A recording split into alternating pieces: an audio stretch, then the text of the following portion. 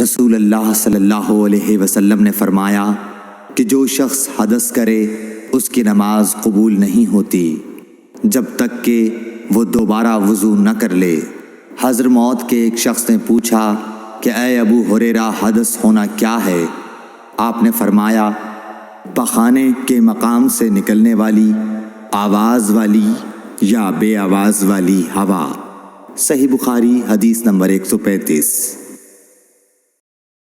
رسول اللہ صلی اللہ علیہ وآلہ وسلم نے فرمایا کہ میری امت کے لوگ وضو کے نشانات کی وجہ سے قیامت کے دن سفید پیشانی اور سفید ہاتھ پاؤں والوں کی شکل میں بلائے جائیں گے، تو تم میں سے جو کوئی اپنی چمک بڑھانا چاہتا ہے تو وہ بڑھا لے، یعنی وضو اچھی طرح کر لے۔